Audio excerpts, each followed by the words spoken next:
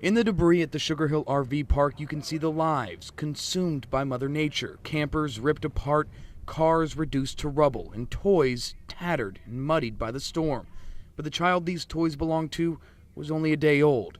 Born on Monday, little Braxton Scott barely knew the world before the world his mother built was wiped off the planet. All she wanted was to bring him home. I was excited. Even though it was a camper, I had everything set up, his little bassinet and his little machine. We had a mama room, like one of them new things that you can hook to your phone and Bluetooth and all that. And he had like a little goose that would read him lullabies and stuff. And I had his baby book with all of his ultrasounds in it. And I have nothing.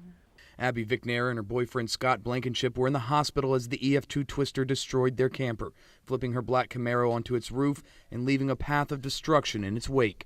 Her boyfriend's brother, Paul Blankenship, who lived with the couple, was home alone as the tornado raged. I run down and got in the bottom of the camper, and it just started shaking. It started shaking real bad, and then it picked the camper up. And I guess it started flipping, and I don't know, it kind of exploded and threw me out of it.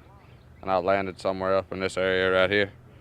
And I got up, and man, it was just, everything was just gone, destroyed. And there was just people everywhere just screaming. Okay, baby, okay. Vicknair was supposed to give birth to little Braxton tomorrow. If all had gone as planned, she likely would have been tossed in the melee. I can't imagine not having to do that with him in my arms, or even in my stomach. Like, how do you, knowing that you have a life like that, that they can't run away, they can't hide. As her boyfriend and family try to make sense of the mess, strangers began reaching out, donating diapers, toys, clothes, all for Braxton after they heard Vicknair's story on Facebook. But these donations are just too much for her tiny family. We only need a few things, but because he's just a baby, he can't really play with half of some of these toys too. And I know there's a whole bunch of kids that used to run around that park, and there's babies I've seen, and so we're just gonna donate it all back. And while she has no home, she knows little Braxton, just a day old, may have saved her life.